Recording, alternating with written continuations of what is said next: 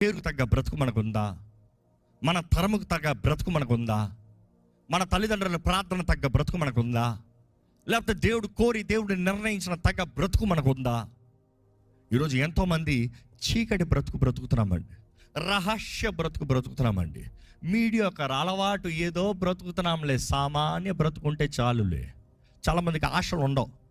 కారణం ఏంటి తెలుసా? ఆశలు పడి ఏం ప్రయోజనము?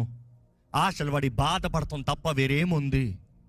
దేవుడు వాక్యం తెలియజేస్తుంది, మన ఆశల్ని తీర్చే దేవుడు అంట, ప్రతి మంచి ఆశను తీర్చే దేవుడు అంట. అంటే తండ్రిగా ఒక బిడ్డ ఎలాగైతే ఆశపడిన నిజమైన తండ్రి తీరుస్తానికి ఆశపడతాడో, దేవుడు కూడా మేలైనవి మనకు మంచివి, ఆయన చిత్తంలో ఉన్నవి మనకు అనుగ్రహించాలని ఆశపడుతున్నాడంట. ఏంటి మీ ఆశ? ఈరోజు చాలామందికి ఆశలు ఏంటి తెలుసా? పక్కన వాడు చావాలి, వాడికన్నా వాడిని తొక్కి వాడి సీటు నాకు రావాలి,